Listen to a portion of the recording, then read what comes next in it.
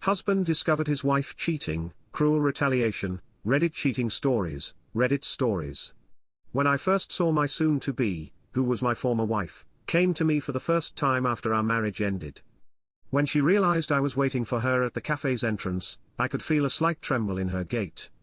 I gave her an intimidating smile as I greeted her. She approached us at the door, and we met there before going inside. After our quick greetings, I showed her to a table by the window, which was already occupied by a rather tall and physically fit man our age. "Salutations, April.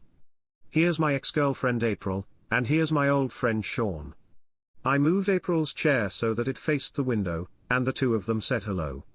She was able to sit across from Sean as a result, giving me a full view of the space. "April, this is where Sean has not been seen in a number of years. We used to compete in competitions together when we were younger, but it has been a while since we last spoke. I felt that something happened that called for his attention, therefore I felt compelled to reach out to him like friends should." Sean nodded slightly, but other than that initial greeting, he remained silent. "I'm glad you could make it, April." I continued after that. "You expressed time and again that you wanted us to stay friends even after you moved on with the new love of your life. Although I'm not quite convinced, the situation, which included having a meeting with Sean today, made me try to see if this may work out. We can talk about whether or not there is anything in this circumstance that could be helpful to the continuation of our friendship, even though I am still really unhappy about what happened.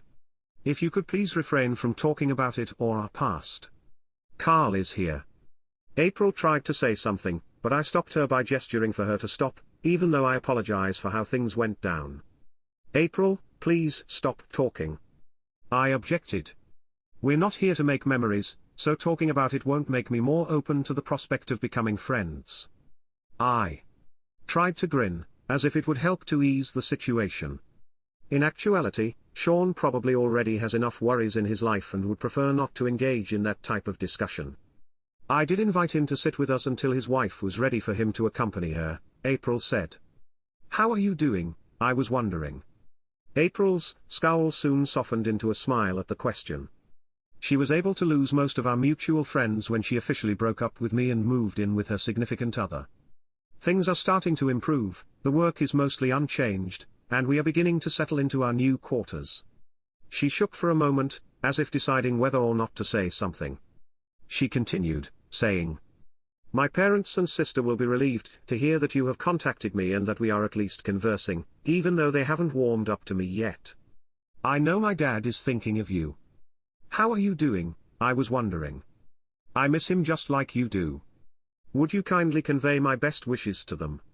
Personally, I don't think it's appropriate to talk to them about anything right now, but maybe in the future." I went on, saying that I'm doing fairly well overall, but I'm not entirely at ease in most areas of my life, so I'm attempting to resume doing other things. For instance, the other day, I happened to run into Sean's wife, so I got in touch with him. "Maybe we're just friends now, but you know that I value a trustworthy friend." Sean said, "Yes, and I'm sorry, but we kind of lost contact with Carl a few years ago. This happens as we become more and more secluded from our families." I hope that a smirk did not suddenly develop on my face. There are those people, like April, who genuinely care about you enough to act morally. It's great to know that there are people out there who are not false friends, as I've had a lot of them over the years. "I think I can be that kind of friend to you," I remarked, pointing out the window across the street. As soon as they walked into the boutique hotel, April, the new love of Sean's life, and his wife were sharing a kiss. I said as I gestured out the window. Sean realized that it was already too late to get up from his seat and cross the street to the door. I don't think April and Sean will ever be friends, even though April is the love of his life. With a sigh, April turned back to look at me. I got up, groaned and got ready to leave.